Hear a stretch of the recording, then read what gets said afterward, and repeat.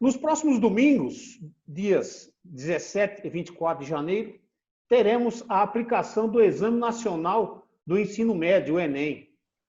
Recentemente, houve uma questão jurídica envolvendo a Defensoria Pública da União e a Segunda Vara Civil Federal de São Paulo. Vamos falar, de forma remota, com Cássio Luide, historiador, professor em cursinho pré-vestibular e especialista em aplicação de provas, entre elas o Enem, sobre esse assunto e outros relacionados ao tema. Professor, fale um pouco sobre essa questão envolvendo a Defensoria Pública Federal e a Vara Civil Federal de São Paulo. Tudo bem com você, Saul? É um prazer estar aqui com você. Tudo bem com os ouvintes aí da Rádio 101 FM. Esse momento é de muita tensão, de muita ansiedade, né? Principalmente para aqueles que se prepararam desde o início de 2020 para a realização da prova do Enem.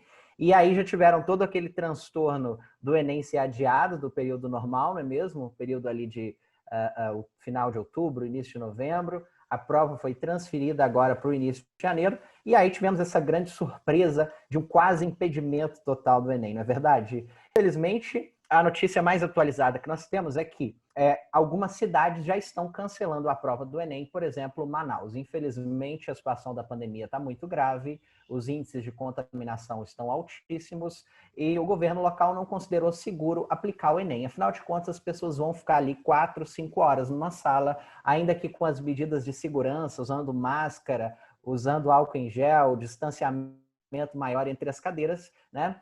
Existe um risco de fato. Então, ao que tudo indica, né, a Defensoria Pública tenta se posicionar pelo cancelamento do Enem, mas, particularmente, eu não considero que essa medida seja a melhor a ser tomada nesse momento.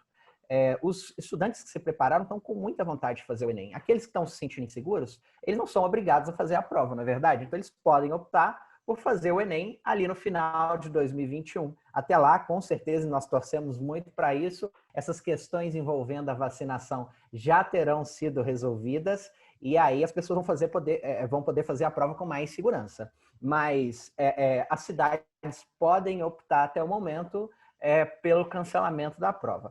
A possibilidade de adiar já foi negada pelo Alexandre Lopes, né, que é o presidente do INEP. Ele disse que não dá mais para adiar, ou cancela ou tem a prova. Até o momento, nós vamos ter a prova em muitas cidades e eu acredito que muitos estudantes estejam felizes com essa notícia. Professor, quantos alunos prestarão o Enem esse ano? Eu tenho o número exato aqui para te falar. São o que eu consultei, né? Eu ouvi uma fonte hoje falando que são mais de 6 milhões. A fonte que eu pesquisei indica que são 5.783.357 pessoas inscritas. Infelizmente, desses quase 6 milhões, né? Em torno aí de 6 milhões, a grande maioria não teve acesso a nenhum tipo de educação formal, educação tradicional nesse período, né? Nós tivemos aí pessoas afastadas da escola e até mesmo aqueles que estavam ligados aos pré-vestibulares tiveram que fazer a sua preparação à distância. Foi uma grande surpresa para todos. Eu não acho que seja impossível aprender à distância remotamente, mas infelizmente eu acredito que a média nacional deve cair bastante nesse Enem 2020. Muita gente não se preparou como devia. Cássio, você como expert em aplicação de provas, como o aluno deve se preparar para as provas do Enem?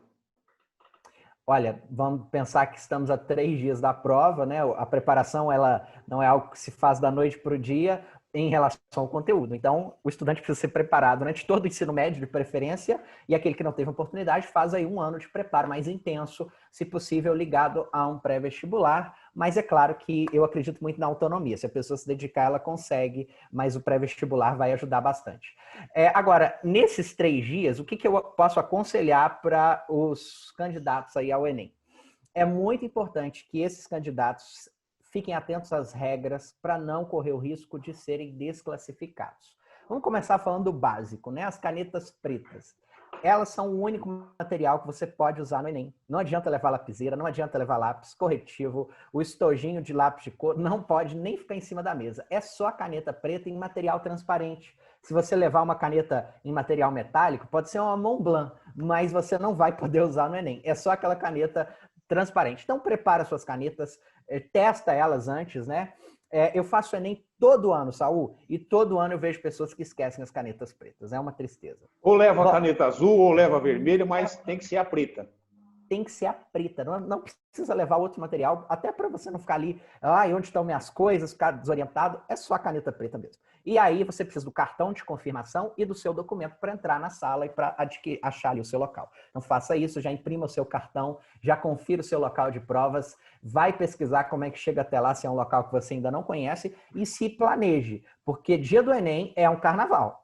Felizmente, o INEP anunciou que nos próximos anos as provas do Enem, elas vão acontecer várias vezes ao ano. Então, isso vai ser uma maravilha, porque vai resolver esse problema. Porque o trânsito fica mais intenso, aí nós estamos com problema de pandemia, várias cidades estão com itinerários de ônibus alterados, o transporte de aplicativo fica mais caro por causa dessa movimentação, fica mais difícil de encontrar locais seguros para estacionar, locais permitidos, né? Então, é necessário se planejar, mesmo se você for de carro particular, onde é que você vai parar? Né? Você não pode sentar para fazer o Enem preocupado se você está levando uma multa, se o seu carro vai estar lá ainda quando você voltar, né? Então, é muito importante esse planejamento.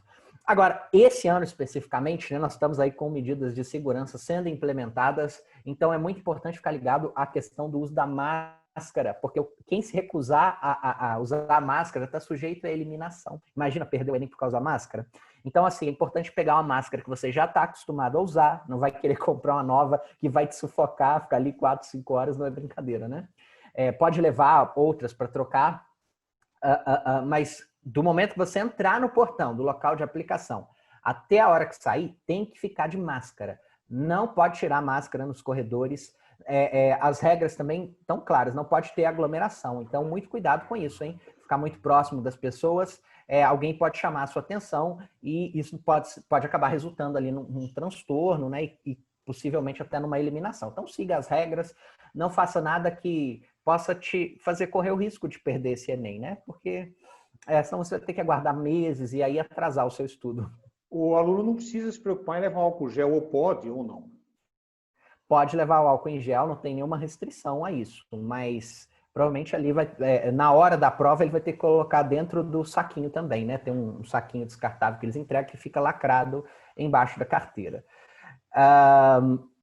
Pode levar lanche, né? Algumas pessoas estão perguntando isso, mas eu não vou poder lanchar, então tem que ficar com a máscara? Para lanchar pode tirar, mas eu aconselho, tanto por questões de segurança, quanto pelo tempo que a gente tem para fazer a prova, que você leve um lanche prático e rápido, né? Uma barrinha de cereal, ou várias, uma barrinha de proteína, uma coisa que você vai ingerir ali rapidamente, né? Tem gente que leva salgadinho, pipoca, coxinha, frango assado. Não dá, gente. Na hora do Enem, você tem 3 minutos por questão. Então, se você gasta muito tempo lanchando, você vai perder tempo para fazer a prova. Não dá. São 3 minutos apenas por cada questão e são 90 questões por dia. São 2 dias de prova, 2 domingos.